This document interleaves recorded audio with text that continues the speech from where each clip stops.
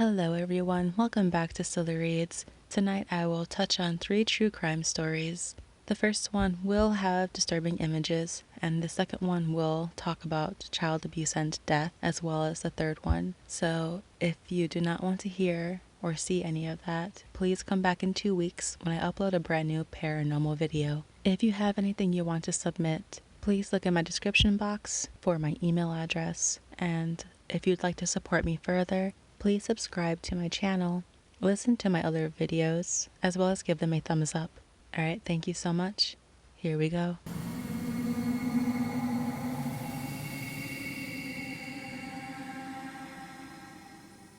On May 31st, 1995, 10:40, a woman checks in at the Oslo Plaza Hotel in Oslo, Norway.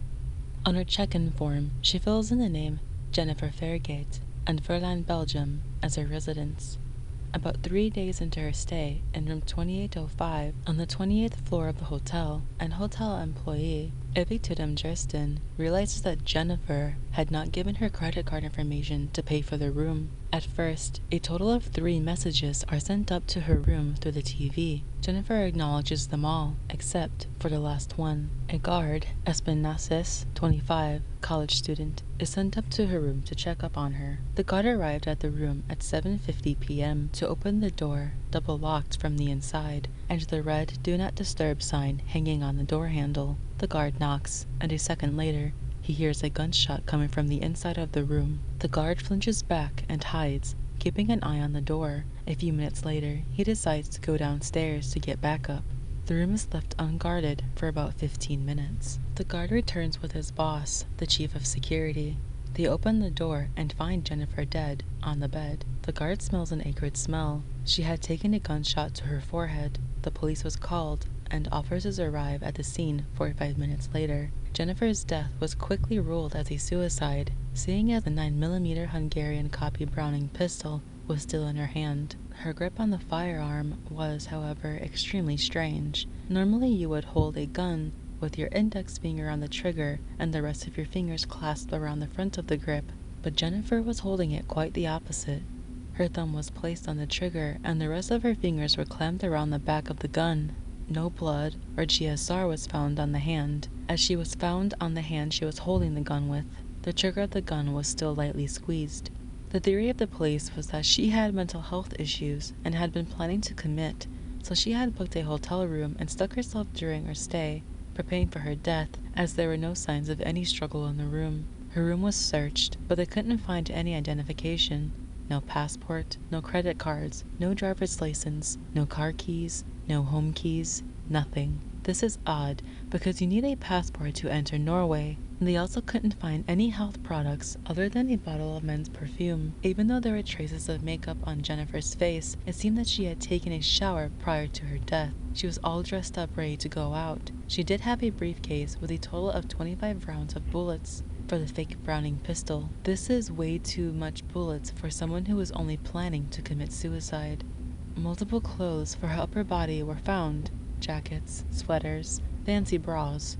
However, no clues of her lower body were found, and all of the labels in her clothes were removed. To add to that, multiple pieces of clothing that were found by room service while cleaning her room were now missing. In the room was also a newspaper addressed to room 2816 with a strange fingerprint on it. Jennifer had made 2 phone calls during her stay. Both were traced to the place where she claimed to be from, Wallonia, Belgium, somewhere near Liège. The numbers were similar except for 1 digit, which probably means that she had memorized a number but was unsure of 1 digit, or had a handwritten note that was hard to read. The plate of food she had ordered the day before for dinner, bratwurst with potato salad, was found. Rest of food was still on it. The same food were also found undigested in Jennifer's stomach at the autopsy. This was strange, because if she had eaten the food Friday evening when it was delivered to her room, it would have been digested by the time she died, Saturday evening. The hotel employee that delivered the food to her had received a 50 kroner tip from Jennifer, an unusually generous tip for some bratwurst with potato salad. Another hotel employee said that Jennifer had taken advantage of the free breakfast buffet of the hotel every day of her stay.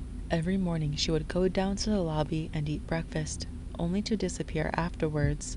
she would mostly keep to herself.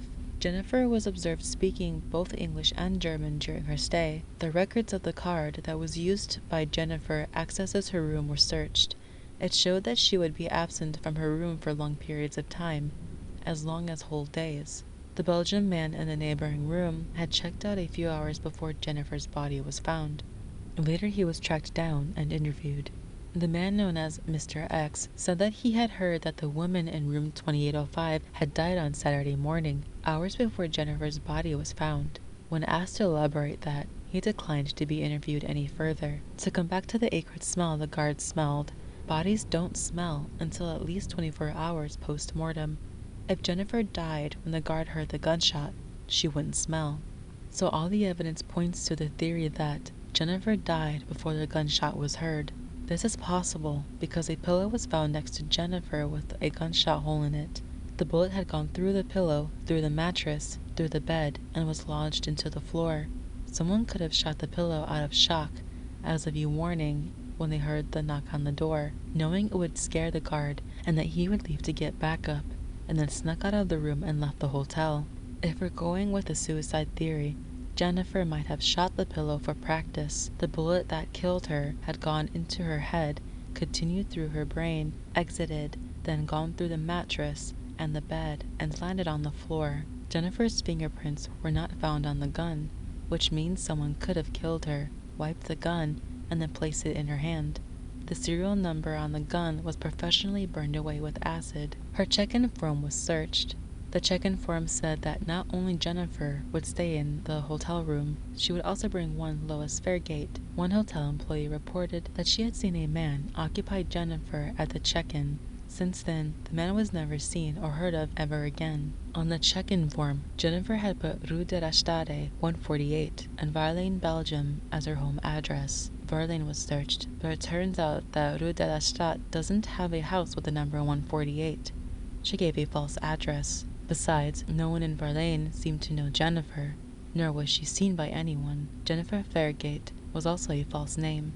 Her date of birth seemed to be August 28, 1973, which would have made her 21 years old at the time of her death. Police had already come to a conclusion that everything on the check-in form was fake. No one had ever reported her missing. No one has stepped forward with tips on who she might have been. No one has come to identify her. Police kept her body for over a year until she was finally buried in 1996 in a grave without a headstone. No one attended her funeral. And since no one knew her religion, no special rituals were performed. In 2016, her body was exhumed and DNA was taken. Radiocarbon dating helped determine that Jennifer was 24 years old at the time of her death and that she was most likely from the eastern or northern part of Germany. The Netflix show Unsolved Mysteries covered this case in the episode A Death in Oslo, in which they interview Ola Koldagger. Mr. Koldagger points out that lots of details in this case suggest that Jennifer was a spy.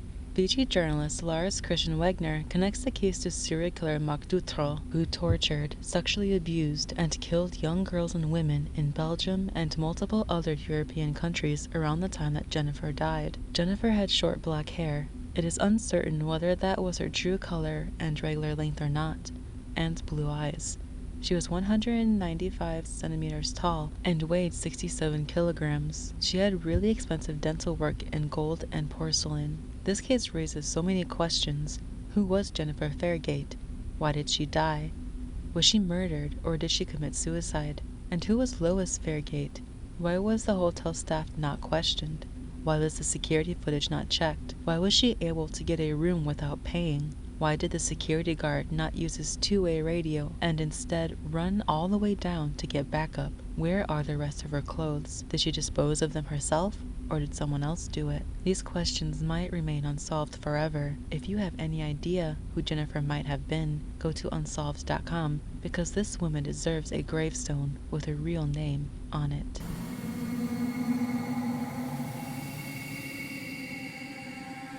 In the 1870s, Warren C. would leave his first wife and son in Wisconsin and headed for the mines in Gilpine Country, Colorado. Sadly, upon his return home, his first wife died of fever, leaving him a widow to care for his son. Warren was a big dreamer and believed he could find fortune in the mines to support himself and his son. He ended up in Indiana, where he married Mary O'Brien in the year 1884. Warren wanted to move west again and took his family with him. Along the way, Mary had a son who unfortunately did not live to see their new home. Mary nor Warren would have any idea the amount of added tragedy they would have in their lives. Mary would lose 2 more children due to scarlet fever. The family would move around, bearing troubling hard times due to harsh winters and unstable work before buying a plot of land near the lake in Old Town Grand City, Colorado.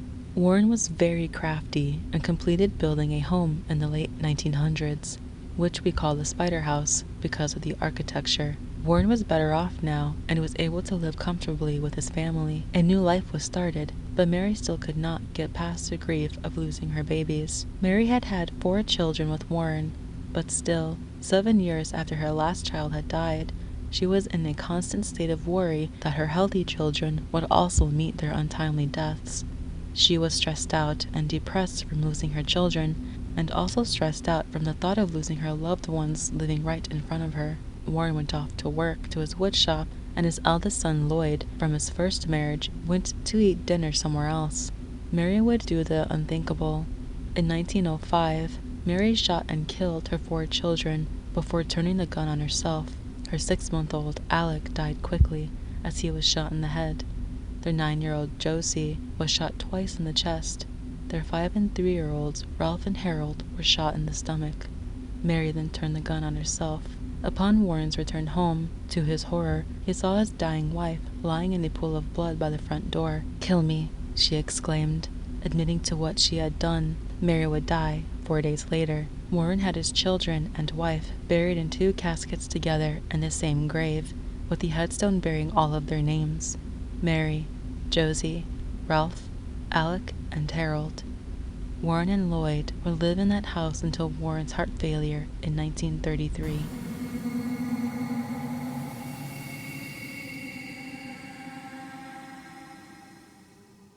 On February 10, 2021, local police in Gumi City, South Korea, received a call regarding the remains of a 3-year-old girl. The call had been made by her maternal grandmother, identified by her surname Sok, then 48, and her husband, as they were cleaning out an apartment unit that had once been occupied by Sok's daughter, identified by her surname Kim, then 22, and her 3-year-old Boram. Kim, a single mom at the time, moved to another apartment in early August to start a family with her new husband and left Boram behind. Kim would go on to give birth to a son later that month. According to investigators, electricity at the apartment had been cut off since May 2020 due to unpaid bills and was in a state of disarray. Boram was found face down under a window in the bedroom due to the advanced state of decay. Autopsy could not determine the exact cause of death. The 3-year-old was presumed to have died sometime after Kim abandoned her body mummifying in August summer heat. After Kim was arrested for child neglect, the case took a bizarre turn. DNA tests revealed that Kim was not the 3-year-old's mother. Though they were related, the tests could not establish a mother-daughter relationship. In fact, Boram's biological mother was her presumed maternal grandmother, Sok. Kim and Boram were half-sisters. The results were so shocking that Korea's National Forensic Service ran the test 3 times before turning the information over to the police. It is presumed that the mother and daughter were pregnant and gave birth around the same time.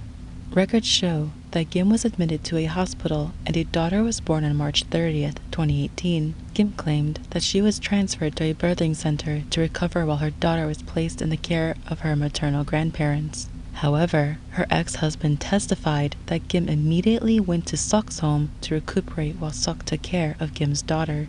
Investigators assume that the switch happened at this time.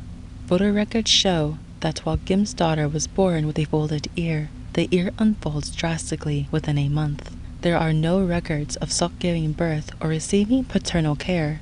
Police are looking into giving birth under a false identity. Sok denied all allegations. Sok's husband, whom DNA test has ruled out as Boram's biological father, and her family members claimed that they never knew about Sok's pregnancy, as Sok and her husband were living together at that time.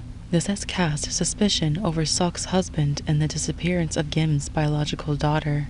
Kim's ex-husband had stated in an interview that Sok would have needed outside help to carry out the switch as she could not drive. On March 17, 2021, the police obtained evidence that Sok tried to dispose of Boram's body one day before Sok and her husband made the call to the police on February 10th. Sok and her husband lived in an apartment several floors below Kim and Boram's unit. Phone records showed that Sok informed Kim that Boram died and that she would take care of it.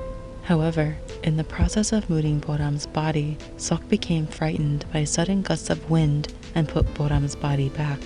The next day on February 10th, Sok confessed to her husband about Boram's death, and they made the decision to make a report to the police. Kim is being charged with 25 years for the death of Boram. As of current, the whereabouts of Kim's biological daughter is unknown. Sok continues to deny the DNA test. She insists that she is not Boram's mother. Unfortunately, most of these sites are in Korean, and there are some details I had to leave out. Earlier in the investigation, there is some confusion as to whether or not Kim was a willing participant in the switch, and if Kim abandoned Boram because she found out. Kim and her ex-husband's divorce was due to her extramarital affairs, and some theorize that Kim and Sok conspired to switch the babies because Kim's biological daughter, according to hospital records, had a blood type that was incompatible with Kim's husband's blood type. Edit. This theory has since been debunked, as newborns may not carry antigens of accurate blood type testing. So evidence so far suggests that there is no case against Kim other than negligent homicide and child abuse.